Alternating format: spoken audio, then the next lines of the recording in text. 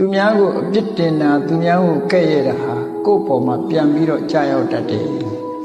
ကြီးမားတဲ့အပြစ်တစ်ခုပြန်လေကိုယ်ကြောက်ဒါကိုအလွန်တတိထားเสียကောင်းလောကလူတွေ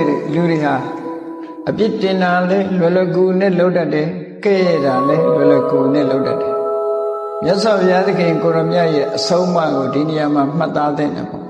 ဒါနေ့စဉ်ဘဝမှာအရေးကြီးတယ်လူတိုင်းလူတိုင်းရဲ့နေ့စဉ်ဘဝမှာနှုတ်ကိုစောင့်စည်းခြင်းဆိုတဲ့နှုတ်ကိုစည်းကမ်းချက်ထားတာအမြဲတမ်းတန်ဖိုးရှိတယ်လူလောကမှာလုံနေကြတာနှုတ်နဲ့ပြောတာရဲ့ကိုယ်တည်းလက်ရောက်လှုပ်တာရဲ့ဒီနှစ်ခုပဲရှိတယ်အဲ့ဒီလိုနှုတ်နဲ့ပြောကိုယ်တည်းလက်ရောက်လှုပ်တာဟာအမှားအယွင်းမရှိအောင်တတိထားပြီးတော့ဆောင်ရွက်ကြရမှာဖြစ်ပြစ်တင်မှုကဲ့ရဲ့မှုနဲ့ပတ်သက်ပြီးသူတစ်ပါးရဲ့အပြစ်ကိုရှုမြင်တဲ့ဟာရှုမြင်တိုင်းကောင်းသလား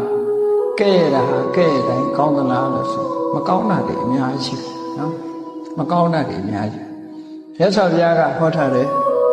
ပရဝိဇ္ဇာနုပတိတ္တသူတစ်ပါးအပြစ်ကိုရှုမြင်တတ်တဲ့ပုဂ္ဂိုလ်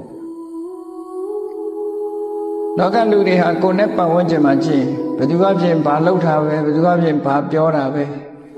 ဆိုပြီးတော့တစ်ဖက်သားကိုပဲ blame လုပ်ဖို့ပဲစဉ်းစားတယ်များတယ်။နော်ကိုယ့်ကိုယ်လည်းအဲ့ဒီအကျင့်စရိုက်ရှိမယ်ဆိုရင်